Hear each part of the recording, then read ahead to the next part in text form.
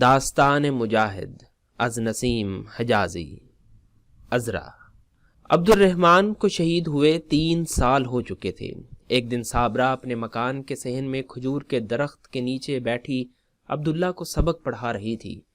نعیم ایک ڈنڈے کا گھوڑا بنا کر اسے چھڑی سے ہانکتا ہوا ادھر ادھر بھاگتا پھرتا تھا۔ کسی نے باہر کے دروازے پر دستک دی۔ عبداللہ نے جلدی سے اٹھ کر دروازہ کھولا اور مامو جان کہتا ہوا نووارد سے لپٹ گیا۔ کون؟ سعید؟ صابرہ نے اندر سے آواز دی۔ سعید ایک کم سن لڑکی کو انگلی سے لگائے صحن میں داخل ہوا۔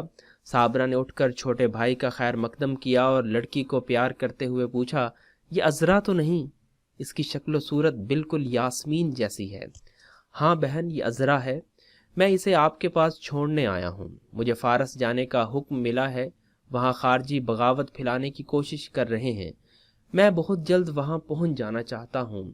پہلے سوچا تھا کہ عذرا کو کسی کے ساتھ آپ کے پاس بھیج دوں گا، مگر یہی مناسب سمجھا کہ خود ہی یہاں سے ہوتا جاؤں۔ یہاں سے کب روانہ ہونے کا ارادہ ہے؟ صابرہ نے پوچھا۔ آج ہی چلا جاؤں تو بہتر ہے۔ آج ہماری فوج بصرہ میں قیام کرے گی، کل صبح ہم وہاں سے فارس کی طرف روانہ ہو جائیں گے۔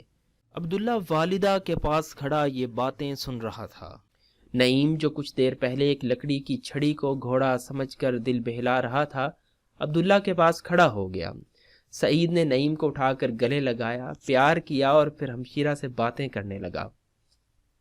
نعیم پھر کھیل کود میں مصروف ہو گیا، لیکن تھوڑی دیر بعد کچھ سوچ کر عبداللہ کے پاس گیا اور عذرا کی طرف غور سے دیکھنے لگا۔ وہ کچھ کہنا چاہتا تھا لیکن حیا کی وجہ سے خاموش رہا۔ تھوڑی دیر بعد اس نے جرأت سے کام لیا اور عذرا سے مخاطب ہو کر پوچھا، تم بھی گھوڑا لوگی؟ عذرا شرما کر سعید کے پیچھے چھپ گئی۔ جاؤ بیٹا، سعید نے عذرا کے سر پر ہاتھ پھیرتے ہوئے کہا، اپنے بھائی کے ساتھ کھیلو۔ عذرا شرماتی ہوئی آگے بڑھی اور اس نے نعیم کے ہاتھ سے چھڑی پکڑ لی۔ دونوں صحن کے دوسری طرف جا کر اپنے اپنے لکڑی کے گھوڑوں پر سوار ہو گئے اور بے تکلفی سے باتیں کرنے لگے۔ عبداللہ نعیم کی حرکات سے ناخوش تھا اور اس کی طرف گھور گھور کر دیکھ رہا تھا، لیکن نعیم تھوڑے ہی عرصے میں اپنے نئے ساتھی سے کچھ اس درجے مانوس ہو گیا تھا کہ عبداللہ اس کی طرف دیکھتا بھی تو وہ منہ دوسری طرف پھیر لیتا۔ جب عبداللہ نے اس کو منہ چڑھانا شروع کیا تو وہ ضبط نہ کر سکا۔ دیکھو امی جان، عبداللہ منہ چڑھاتا ہے۔ ماں نے کہا، نہ عبداللہ، اسے کھیلنے دو۔ عبداللہ سنجیدہ ہوا تو نعیم نے منہ چڑھانا شروع کیا۔ عبداللہ نے تنگ آ کر اس کی طرف سے منہ پھیر لیا۔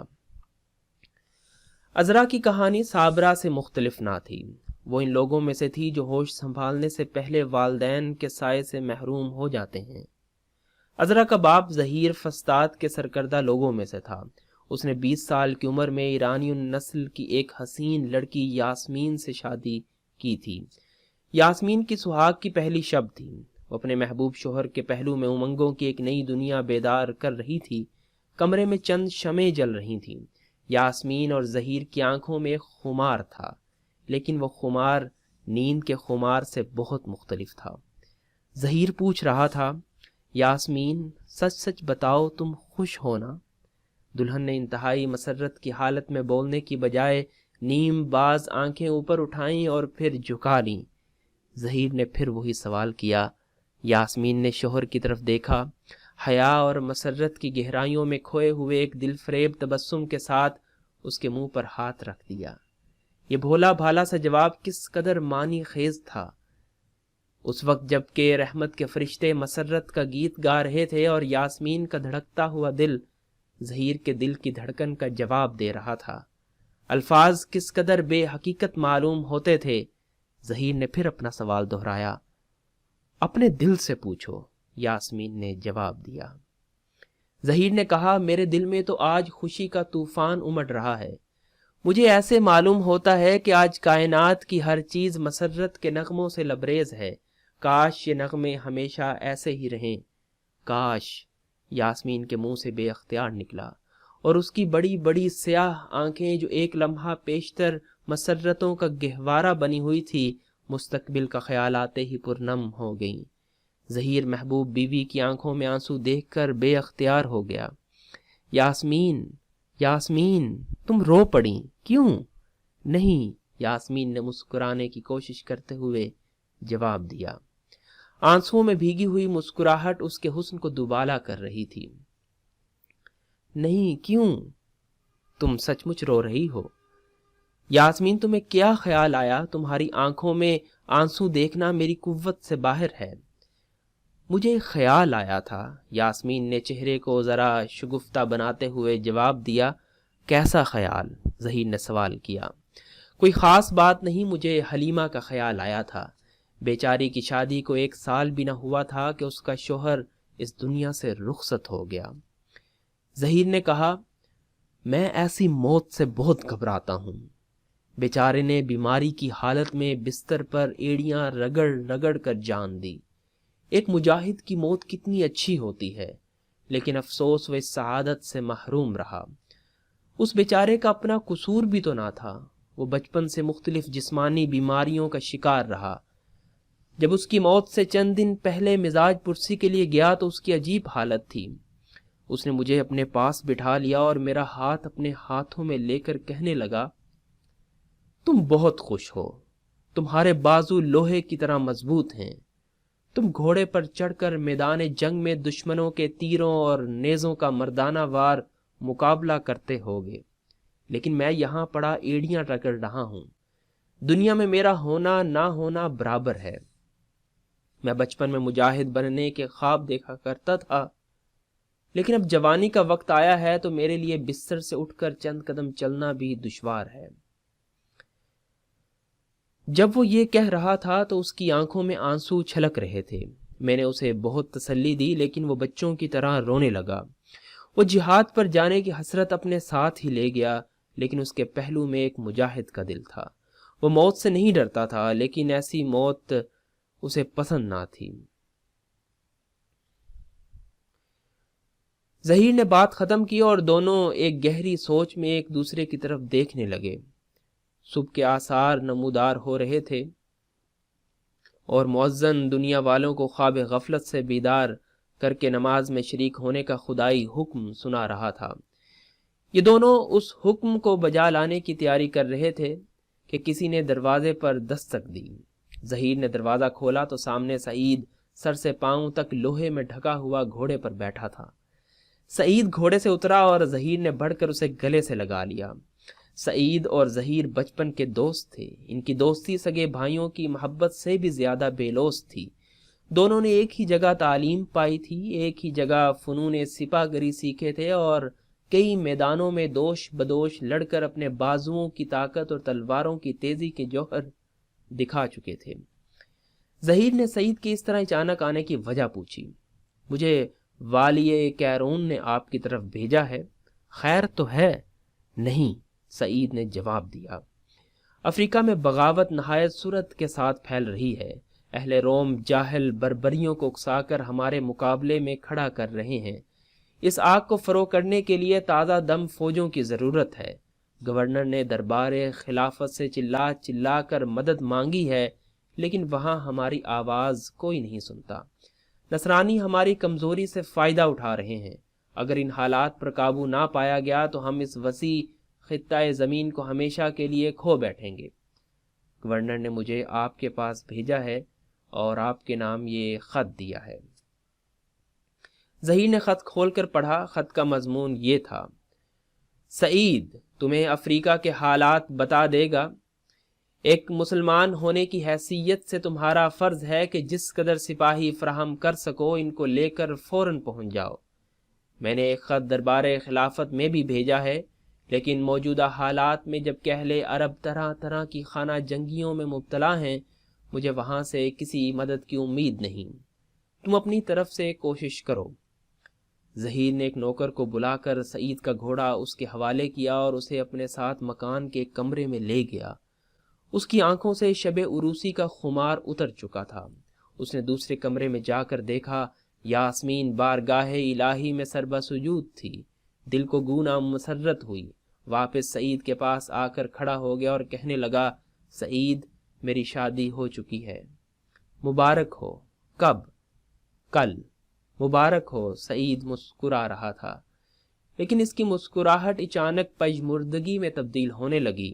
وہ دیرینہ دوست کی آنکھوں میں آنکھیں ڈال کر دیکھ رہا تھا اور اس کی نگاہیں سوال کر رہی تھیں کہ شادی کی خوشی نے تمہیں جذبہ جہاد سے تو عاری نہیں کر دیا؟ ظہیر کی آنکھیں اس سوال کا جواب نفی میں دے رہی تھیں۔ دنیا میں کم و بیش ہر انسان کی زندگی میں کبھی نہ کبھی ایسا وقت ضرور آتا ہے جب اسے کسی بلندی تک پہنچنے یا بڑا کام کرنے کا موقع ملتا ہے، لیکن ہم اکثر نفع نقصان کی سوچ میں ایسے موقع کو کھو دیتے ہیں۔ سعید نے پوچھا، آپ نے خط کے متعلق کیا سوچا؟ ظہیر نے مسکراتے ہوئے اپنے ہاتھ سعید کے کندھوں پر رکھ دیے اور کہا، اس میں سوچنے کی کیا بات ہے، چلو بظاہر ایک سادہ سا لفظ تھا، لیکن ظہیر کے منہ سے سعید کو یہ لفظ سن کر جو خوشی ہوئی اس کا اندازہ کرنا ذرا مشکل ہے۔ وہ بے اختیار اپنے دوست سے لپٹ گیا۔ ظہیر نے کوئی اور بات نہ کی، سعید کو اپنے ساتھ لے کر گھر سے باہر نکلا اور مسجد کی طرف ہو لیا۔ صبح کی نماز ختم ہوئی اور ظہیر تقریر کے لیے اٹھا۔ ایک مجاہد کو اپنی زبان میں اثر پیدا کرنے کے لیے اچھے الفاظ اور لمبی تعویلوں کی ضرورت نہ تھی۔ اس کے سیدھے سادے مگر جذبے سے بھرے ہوئے الفاظ لوگوں کے دلوں میں اتر گئے۔ اس نے تقریر کے دوران میں آواز بلند کرتے ہوئے کہا، مسلمانوں، ہماری خود غرضیاں اور خانہ جنگیاں ہمیں کہیں کا نہ چھوڑیں گی۔ آج وہ وقت آ گیا ہے کہ اہل روم، جن کی سلطنت کو ہم کئی بار پاؤں تلے روند چکے ہیں، ایک بار پھر ہمارے مقابلے کی جرت کر رہے ہیں۔ وہ لوگ یرموک اور اجنادین کی شکستیں بھول چکے ہیں۔ آؤ انہیں ایک بار پھر بتائیں کہ مسلمان اسلام کی حفاظت کے لیے اب بھی اپنے خون کو اتنا ہی ارزاں سمجھتا ہے جتنا کہ پہلے سمجھتا تھا۔ انہوں نے طرح طرح کی سازشیں کر کے افریقہ کے لوگوں پر عرصہ حیات تنگ کر رکھا ہے۔ وہ یہ خیال کرتے ہیں کہ ہم خانہ جنگیوں کی وجہ سے کمزور ہو چکے ہیں، لیکن میں یہ کہتا ہوں کہ اس دنیا میں جب تک ایک بھی مسلمان زندہ ہے، ان لوگوں کو ہم سے ڈر کر رہنا چاہیے۔ مسلمانوں، آؤ ایک بار پھر انہیں یہ بتا دیں کہ ہمارے سینوں میں وہی تڑپ ہے، ہمارے بازوؤں میں وہی طاقت ہے اور ہماری تلواروں میں وہی کاٹ ہے جو کہ حضرت عمر رضی اللہ عنہ کے زمانے میں تھی۔ ظہیر کی تقریر کے بعد 250 نوجوان اس کا ساتھ دینے کے لیے تیار ہو گئے۔ یاسمین اپنی زندگی کی تمام خواہشوں کے مرکز کو اپنی آنکھوں سے میدان جنگ کی طرف رخصت ہوتے دیکھ رہی تھی۔ دل کا بخار آنکھوں کے راستے آنسو بن کر بہنے کے لیے جد و جہد کر رہا تھا، لیکن یاسمین کے نسوانی غرور نے شوہر کے سامنے اپنے آپ کو بزدل ظاہر کرنے کی اجازت نہ دی۔ آنکھوں کے آنسو آنکھوں میں ہی دبے رہے۔ ظہیر نے بیوی کی طرف دیکھا، وہ حزن و ملال کی تصویر بنے سامنے کھڑی تھی۔ دل نے سفارش کی کہ ایک لمحہ اور ٹھہر جاؤ، چند باتیں کرو، لیکن اسی دل کی دوسری آرزو تھی کہ ایک اور امتحان سے بچو۔ اچھا یاسمین، خدا حافظ کہہ کر ظہیر لمبے قدم اٹھاتا دروازے کی طرف بڑھا، پھر کچھ سوچ کر رک گیا۔ ایک ایسا خیال جسے اس نے ابھی تک اپنے قریب نہ بھٹکنے دیا تھا، برق کسی تیز رفتاری کے ساتھ اس کے دل و دماغ پر حاوی ہو گیا۔ دل کے لطیف حصے نے اپنی کمزور آواز میں فقط اتنا کہا کہ شاید یہ آخری ملاقات ہو، لیکن ایک لمحے کے اندر اس خیال نے ایک ہنگامے کی صورت اختیار کر لی۔ وہ رکا اور مڑ کر یاسمین کی طرف دیکھنے لگا۔ وہ آگے بڑھی، ظہیر نے آنکھیں بند کر کے باہیں پھیلا دیں اور وہ روتی ہوئی اس سے لپٹ گئی۔ یاسمین، آقا! وہ آنسو جنہیں یاسمین اپنے دل کی گہرائیوں میں پوشیدہ رکھنے کی ناکام کوشش کر رہی تھی، بے اختیار بہہ نکلے۔ دونوں کے دل دھڑک رہے تھے، لیکن دلوں کی دھڑکن اس وقت بہت مدھم تھی اور بدستور کم ہو رہی تھی۔ کائنات اسی پرکیف نغمے سے لبریز تھی، لیکن اس نغمے کی تانیں پہلے کی نسبت بہت گہری تھیں۔ مجاہد کے امتحان کا وقت تھا، احساس محبت اور احساس فرض کا مقابلہ۔ ظہیر کے سامنے یاسمین تھی، فقط یاسمین، حسن و لطافت کا ایک پیکر، رنگ و بو کی دنیا۔ پھر اچانک اس کے ہاتھوں کی گرفت ڈھیلی ہو گئی اور وہ ایک قدم پیچھے ہٹ گیا۔ یاسمین، یہ فرض ہے۔ آقا، مجھے معلوم ہے، یاسمین نے جواب دیا۔ میرے آنے تک حنیفہ تمہارا خیال رکھے گی، تم گھبرا تو نہ جاؤ گی؟ نہیں، آپ تسلی رکھیں۔ یاسمین، مجھے مسکرا کر دکھاؤ۔ بہادر عورتیں ایسے موقع پر آنسو نہیں بہایا کرتی، تم ایک مجاہد کی بیوی ہو۔ شوہر کے حکم کی تعمیل میں یاسمین مسکرا دی، لیکن اس مسکراہٹ کے ساتھ ہی آنسوؤں کے دو موٹے موٹے قطرے اس کی آنکھوں سے چھلک پڑے۔ آقا مجھے معاف کرنا، اس نے جلدی سے آنسو پوچھتے ہوئے کہا۔ کاش میں نے بھی ایک عرب ماں کی گود میں پرورش پائی ہوتی۔ یہ فکرہ ختم کرتے ہوئے انتہائی کرب کی حالت میں اس نے آنکھیں بند کر لیں اور اپنے بازو ایک بار پھر ظہیر کی طرف پھیلا دیے، لیکن آنکھیں کھولنے پر معلوم ہوا کہ محبوب شوہر جا چکا ہے۔ جیسا کہ پہلے ذکر آ چکا ہے، یاسمین نے ایک ایرانی ماں کی گود میں پرورش پائی تھی، اس لیے اس کے وجود میں نسوانیت کا لطیف اور نازک حصہ عرب عورتوں کے مقابلے میں زیادہ تھا۔ ظہیر کے رخصت ہوتے ہی اس کی بے قراری کی حد نہ رہی، دنیا بدلی ہوئی نظر آنے لگی۔ حنیفہ اس کی پرانی خادمہ ہر ممکن کوشش سے اس کا دل بہلاتی۔ چند مہینوں کے بعد یاسمین کو اس بات کا احساس ہوا کہ اس کے پہلو میں ایک نیا وجود پرورش پا رہا ہے۔ اس دوران میں شوہر کی طرف سے چند خطوط بھی ملے۔ حنیفہ نے اپنی طرف سے ظہیر کو لکھ بھیجا کہ تمہارے گھر ایک کمسن مہمان تشریف لانے والا ہے، واپس آنے پر گھر کی رونق میں اضافہ محسوس کرو گے۔ ہاں تمہاری بیوی سخت غمگین ہے، اگر رخصت مل جائے تو چند دنوں کے لیے آ کر تسلی دے جاؤ۔ 8 ماہ بعد ظہیر نے لکھا کہ 2 مہینوں تک گھر آ جائے گا۔ اس خط کے بعد یاسمین کو انتظار کی گھڑیاں پہلے کی نسبت دشوار نظر آنے لگیں۔ اس کے لیے دن کا چین اور رات کی نیند حرام ہو گئی اور صحت بگڑنے لگی۔ ظہیر کے انتظار کے ساتھ ننھے مہمان کا انتظار بھی بڑھنے لگا۔ بالآخر ایک انتظار کی مدت ختم ہوئی اور ظہیر کے گھر کی خاموش فضا میں ایک بچے کے بلکنے نے کچھ رونق پیدا کر دی۔ یہ بچہ عذرا تھی۔ عذرا کی پیدائش کے بعد جب یاسمین نے ہوش میں آ کر آنکھیں کھولیں تو اس کا پہلا سوال یہ تھا، وہ نہیں آئے؟ وہ بھی آ جائیں گے، حنیفہ نے تسلی دیتے ہوئے کہا۔ اتنی دیر ہو گئی، خدا جانے کب آئیں گے۔ عذرا کو پیدا ہوئے 3 ہفتے گزر چکے تھے۔ یاسمین کی صحت روز بروز بگڑتی جا رہی تھی۔ وہ رات کو سوتے میں اکثر ظہیر ظہیر پکارتی، اٹھ بیٹھتی اور بعض اوقات خواب کی حالت میں چلنے لگتی اور دیواروں سے ٹکرا کر گر پڑتی۔ حنیفہ سوتے جاگتے اٹھتے بیٹھتے اسے تسلی دیتی، اس کے سوا وہ کر بھی کیا سکتی تھی۔ ایک دن دوپہر کے وقت یاسمین اپنے بستر پر لیٹی ہوئی تھی۔ حنیفہ اس کے قریب ایک کرسی پر بیٹھی عذرا کو پیار کر رہی تھی کہ کسی نے دروازے پر دستک دی۔ کوئی بلا رہا ہے، یاسمین نے نہایت کمزور آواز میں کہا۔ حنیفہ عذرا کو یاسمین کے پاس لٹا کر اٹھی اور باہر جا کر دروازہ کھولا۔ سامنے سعید کھڑا تھا۔ حنیفہ نے اضطراب اور پریشانی کی حالت میں کہا، سعید تم آ گئے؟ ظہیر کہاں ہے؟ وہ نہیں آیا؟ یاسمین کا کمرہ اگرچہ باہر کے دروازے سے کافی دور تھا، لیکن حنیفہ کے الفاظ یاسمین کے کانوں تک پہنچ چکے تھے۔ سعید کا نام سنتے ہی اس کا کلیجہ منہ کو آنے لگا اور ایک لمحے کے اندر اندر ہزاروں توہمات پیدا ہو گئے۔ وہ اپنے دھڑکتے ہوئے دل کو ہاتھوں سے دبائے بستر سے اٹھی، کانپتی ہوئی کمرے سے باہر نکلی اور حنیفہ سے 2-3 قدم کے فاصلے پر کھڑی ہو گئی۔ حنیفہ دروازے میں کھڑی ابھی تک سعید کی طرف دیکھ رہی تھی، اس لیے یاسمین کی آمد سے بے خبر تھی، اور سعید چونکہ دروازہ سے باہر کھڑا تھا اس لیے وہ یاسمین کو نہ دیکھ سکا۔ حنیفہ نے پھر اپنا سوال دہرایا، لیکن سعید خاموش رہا۔ سعید، حنیفہ نے کہا، جواب کیوں نہیں دیتے؟ کیا وہ؟ سعید نے گردن اٹھا کر حنیفہ کی طرف دیکھا۔ وہ کچھ کہنا چاہ رہا تھا لیکن زبان اس کے قابو میں نہ تھی۔ اس کی بڑی بڑی خوبصورت آنکھوں سے آنسو چھلک رہے تھے اور اس کا حسین چہرہ غیر معمولی حزن و ملال کا اظہار کر رہا تھا۔ سعید کہو، حنیفہ نے پھر سوال کیا۔ وہ شہید ہو چکا ہے، مجھے افسوس ہے کہ میں زندہ واپس آیا ہوں، سعید نے کہا، اور چھلکتے ہوئے آنسو اس کی آنکھوں سے گر پڑے۔ سعید نے اپنا فکرہ ابھی پورا ہی کیا تھا کہ حنیفہ کے پیچھے سے ایک چیخ سنائی دی اور کسی چیز کے دھڑام سے زمین پر گرنے کی آواز آئی۔ حنیفہ گھبرا کر پیچھے مڑی۔ سعید بھی حیران ہو کر مکان کے صحت میں آ گیا۔ یاسمین منہ کے بل پڑی تھی۔ سعید نے جلدی سے اٹھایا اور کمرے کے اندر لا کر اس کے بستر پر لٹا دیا اور ہوش میں لانے کی کوشش کی۔ جب مایوسی ہوئی تو طبیب کو بلانے کے لیے بھاگا۔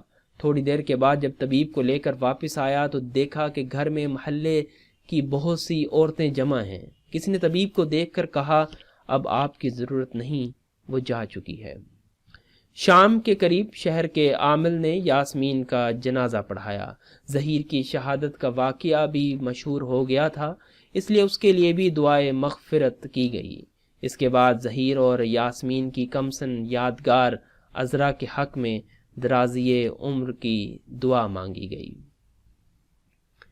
سعید نے اسی دن عذرا کو ایک دایا کے سپرد کیا اور حنیفہ سے کہا کہ اگر تم ظہیر کے مکان میں رہنا چاہو تو میں تمہارے اخراجات برداشت کروں گا، اور اگر میرے گھر رہنا پسند کرو تو بھی میں تمہاری خدمت کروں گا۔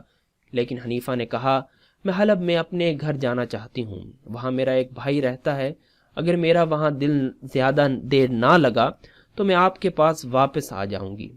سعید نے حنیفہ کے سفر کا انتظام کیا اور 500 دینار دے کر رخصت کیا۔ 2 سال کے بعد سعید عذرا کو اپنے گھر لے آیا اور خود اس کی پرورش کرنے لگا۔ جب اسے فارس کی طرف خارجیوں کے خلاف مہم پر جانا پڑا تو وہ عذرا کو صابرہ کے پاس چھوڑ گیا۔